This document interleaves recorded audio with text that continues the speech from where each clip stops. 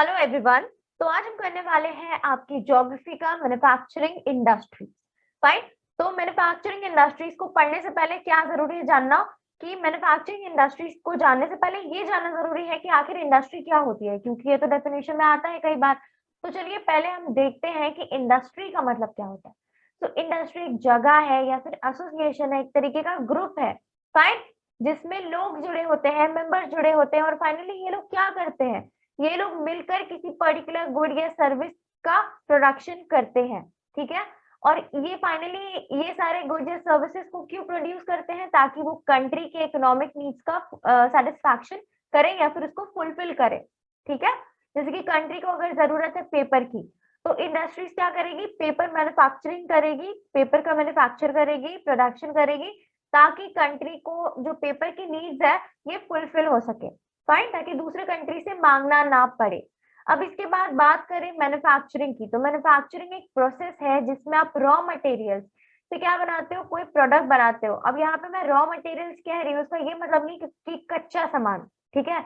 Raw materials मतलब कि कोई प्रोडक्ट बनाने के लिए इंडस्ट्री जो प्रोडक्ट बनाती है उसे हम प्रोडक्ट कहते हैं। और इन प्रोडक्ट्स को बनाने के लिए जिन चीजों की जरूरत पड़ती है उसे हम रॉ मटेरियल्स कहते हैं। फॉर एग्जाम्पल, अगर आपको एक जूस का बॉटल बनाना हो, राइट, जूस के बॉटल को बनाने के लिए आपको बहुत सारी चीजें चाहिए, मे बी स्टील चाहिए होगा, फिर प्लास्टिक चाहिए होगी। ये सारी चीजें आपको क्यों चाहिए, इस जूस के कैन को बनाने के लिए। तो ये सारी चीजें क्या है, ये सारी चीजें रॉ मटेरियल्स होगी। ठीक है। और जो फाइनल आपके पास जो प्रोडक्ट तैयार होगा वो आपका मेन प्रोडक्ट है। तो मैन्युफैक्चरिंग इंडस्ट्रीज क्या करती है, यही सारी चीजों का मैन्युफैक्चर करती है, गुड्स एंड सर्विसेज का। फाइन। अब नेक्स्ट पॉइंट है इंडस्ट्रियल रिवॉल्यूशन का। बहुत इंपॉर्टेंट रोल है मैन्युफैक्चरिंग इंडस्ट्रीज का, इतना पॉपुलैरिटी का। इंडस्ट्रियल रिवॉल्यूशन के वजह से क्या हुआ था कि बहुत सारी फैक्ट्री सेटअप हुई थी, बहुत सारे मॉडर्न मशीन्स के साथ। ठीक है। जिसकी वजह से ये सारी इंडस्ट्रीज और इनहांस हो गई और जो प्रोडक्ट्स है वो काफी फास्टर रेट में प्रोड्यूस होने लगे। फाइन। इसके बाद बात करें कि इंडिया में सबसे पहला पेपर मिल कहाँ सेटअप हुआ था। So it's Ballygunge. Fine. It's Ballygunge in Kolkata 1870 में। तो you can remember this place. Fine. अब मिक्स्ड इकोनॉमी क्या होती है, because it's a keyword so we need to remember the meaning ताकि आप डिफाइन में लिख सको। So it's an industrial policy of India in which the state and the private enterprises were allowed to coexist। यानी कि state की enterprises, state companies और साथ साथ प्राइवेट ओन्ड कंपनीज दोनों ही साथ साथ एग्जिस्ट करेगी। यही पॉलिसी है मिक्स्ड इकोनॉमी का। फॉर एग्जांपल, आपके पास आपने देखा होगा कि आपके शहर में गवर्नमेंट स्कूल्स होते हैं। ठीक है। तो वो तो गवर्नमेंट में भी स्टेट गवर्नमेंट के थ्रू ओन्ड है। ठीक है। तो यानी कि उसका कंट्रोल किसके पास है, स्टेट गवर्नमेंट के पास है। और साथ साथ जो प्राइवेट स्कूल्स है वो किसके पास है, उसका authority. So private authority, private body के पास।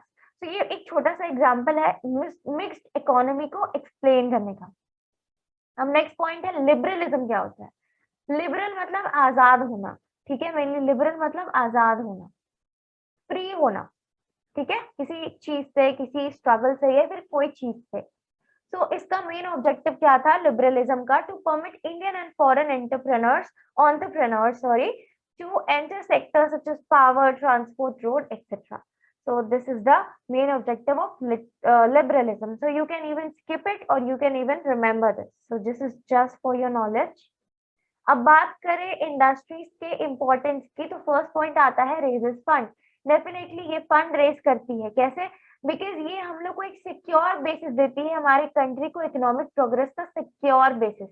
अब कैसे, बिकॉज जो इंडस्ट्रीज हैं उससे लोगों को एम्प्लॉयमेंट मिलेगा, राइट, और फिर ये सारे इकोनॉमिक नीड्स का भी फुलफिलमेंट करेगी, जिसकी वजह से कंट्री को किसी और कंट्री पे रिलाय नहीं करना पड़ेगा for any particular consumer goods के लिए। ठीक है।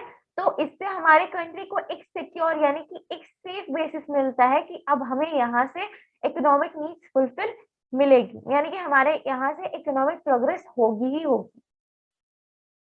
नेक्स्ट बात करें, it help in fulfilling various customer demand. ठीक है। कस्टमर की डिमांड को फुलफिल करने के लिए it help in overcoming trade gap.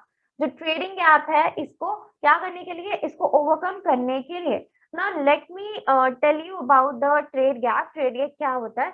It's an economic measure caused when a country's import exceed export, negative balance of trade, ठीक है, यानी कि जब आपका इंपोर्ट एक्सपोर्ट से ज्यादा हो जाएगा तो इसी गैप को मेंटेन करने के लिए वी हैव इंडस्ट्रीज, ठीक है, इंडस्ट्रीज काफी इंपॉर्टेंट रोल प्ले करती है इस ट्रेड गैप को कवर करने के लिए। Now don't go in much detail, just remember these points, these are enough. If you want to understand it in detail then YouTube पे, गूगल पे काफी सारा कंटेंट मिलेगा जहां से आप ये सारी चीजों के बारे में डिटेल समझ सकते हो, बट अभी आपके एग्जाम के पॉइंट ऑफ व्यू से इतना काफी है। अब बात करें पॉइंट नंबर 4 की, तो it helps in eradicating unemployment and poverty from the country, यानी कि कंट्री से गरीबी और अनएम्प्लॉयमेंट यानी कि बिना जॉब के जो लोग होते हैं, ठीक है, बिना जॉब का, बेरोजगारी जिसे कहते हैं, इस चीज को हटाने के लिए ये बहुत इंपॉर्टेंट रोल प्ले करती है। बिकॉज अगर इंडस्ट्रीज होगी, फैक्ट्रीज होंगी, तो डेफिनेटली कंट्री के लोगों को नौकरी मिल पाएगी, जगह होगी जहाँ पे वो काम करके अपना रोजी रोटी पा सकते हैं। अब क्लासिफिकेशन की बात करें तो देखो, क्लासिफिकेशन में सारे क्लासिफिकेशंस आपको पढ़ने पड़ेंगे एंड इसके बाद आपके 2 चैप्टर जो है, मिनरल बेस्ड और एग्रो बेस्ड, वो भी हम करेंगे, बट पहले आपको क्लासिफिकेशन पढ़ना पड़ेगा। You can not skip it क्योंकि इसमें डिफरेंशिएट आता है और कई बार एग्जाम्पल्स भी पूछे जाते हैं। So on the basis of raw materials and finished good, अगर इस बेसिस पे बात करें तो हमारे पास पहला पॉइंट क्या है, हेवी इंडस्ट्रीज। तो हेवी इंडस्ट्री से आपको समझ में आ रहा होगा कि ये हेवी और बल्कि रॉ मटेरियल्स इसमें जरूरत पड़ता है। फाइन, रॉ मटेरियल्स क्या है, हेवी और बल्कि रॉ मटेरियल्स। एंड यहाँ पे एक पॉइंट छूट गया, फिनिश्ड गुड, यहाँ पे क्या होगा, फिनिश्ड गुड भी यहाँ पे हेवी और बल्की होगा, ठीक है, फिनिश्ड गुड भी हेवी और बल्की होगा क्योंकि हेवी इंडस्ट्री है तो इसमें रॉ मटेरियल भी हेवी और फिनिश्ड गुड भी हेवी। और लाइट इंडस्ट्री में जस्ट ऑपोजिट, इसमें लाइट रॉ मटेरियल्स का इस्तेमाल और ये क्या प्रोड्यूस करेगा, लाइट प्रोडक्ट्स प्रोड्यूस करेगा। दोनों के एग्जांपल्स देखो तो हेवी का iron and steel industry. Fine, जैसे कि आपके पास आयरन है तो आयरन तो ऑलरेडी हेवी होता है। अब आयरन से अगर आप कोई प्रोडक्ट, फॉर एग्जांपल अगर आप कोई कोई मशीन बना रहे हो तो वो भी तो हेवी ही होगा, ठीक है। अब लाइट इंडस्ट्री की बात करें तो यहाँ पे जैसे कि इलेक्ट्रिक फैंस हो गए, इलेक्ट्रिक फैंस प्रोड्यूसिंग इंडस्ट्री हो गए। अब बात करें ओनरशिप की कि कौन ओन करता है उस पर्टिकुलर इंडस्ट्री को, कितने टाइप्स में उसको कैरेक्टराइज किया जाता है, तो public sector, sorry private sector, so it is owned by the individuals और फर्म्स, ठीक है, corporate life kind of a. इसके बाद फिर इसमें एग्जांपल है टाटा स्टील लिमिटेड। फाइन, इसको कौन ओन करेगा, इंडिविजुअल्स या फिर फर्म्स, प्राइवेट लोग। Then public sector industry, obviously इसको स्टेट और उसकी बाकी एजेंसीज कंट्रोल करेगी, उसको ओन करेगी। फाइन, इसका एग्जांपल है Bharat heavy electricals limited. Next is joint sector industry, यानी कि यहाँ पे प्राइवेट फर्म्स तो रोल प्ले करेगी ही, साथ साथ गवर्नमेंट और एजेंसीज भी होंगी, यानी कि दोनों के पास एक्सेस रहेगा, दोनों के पास मतलब दोनों ही ओन करेंगी इन सेक्टर्स को, इन इंडस्ट्रीज को। जैसे कि ऑयल इंडिया लिमिटेड। फाइन, तो you can, if you want to understand this, तो आप ऑयल इंडिया लिमिटेड के बारे में, उसकी हिस्ट्री के बारे में भी रीड कर सकते हो, but it's up to you for your extra knowledge. Fourth point है cooperative sector industries, owned and run cooperatively by a group of people who are generally producers of raw materials of the given industry. Fine, यानी कि इन industries को कौन own करता है, किसके under में होता है ये, उन लोगों के ग्रुप में जो कि रॉ मटेरियल्स को प्रोड्यूस भी करते हैं और साथ साथ मैन्युफैक्चरिंग भी करते हैं, ये सारे इंडस्ट्रीज है, जैसे कि अमूल इंडिया, ठीक है। अब बात करें on the basis of source of raw materials, यानी कि ये रॉ मटेरियल्स कहाँ से आता है, उसका सोर्स। तो पहला होता है एग्रो बेस्ड इंडस्ट्री, जो आपके नेक्स्ट चैप्टर में है। इसमें क्या है, रॉ मटेरियल्स कहाँ से आता है, एग्रो मतलब एग्रीकल्चर से, एग्रीकल्चर से जो भी रॉ मटेरियल्स आता है उसी का इस्तेमाल होता है। जैसे कि कॉटन इंडस्ट्री, तो कॉटन आता है एग्रीकल्चर से। मिनरल बेस्ड इंडस्ट्री में मिनरल्स का इस्तेमाल होता है, ठीक है, यानी कि रॉ मटेरियल्स कहाँ से आया जाएगा, मिनरल्स से। फॉर एग्जाम्पल स्टील इंडस्ट्री, तो स्टील क्या है, मिनरल है। नेक्स्ट इज पैस्चरल बेस्ड इंडस्ट्री, तो ये पैस्चरल मतलब एनिमल से, एनिमल पे डिपेंड करता है रॉ मटेरियल, ठीक है, जैसे कि डेयरी प्रोडक्ट, दूध घी खीर, fine, I mean curd and such other things. Next is forest based industry, यानी कि रॉ मटेरियल आएगा फॉरेस्ट से, ठीक है, जैसे कि पेपर हो गया, पल्प हो गया and so on. Next is miscellaneous industries. तो ये इंडस्ट्रीज काफी ज्यादा इंपॉर्टेंट है। आई सजेस्ट यू कि ये वाले इंडस्ट्री को तो गलती से भी स्किप मत करना।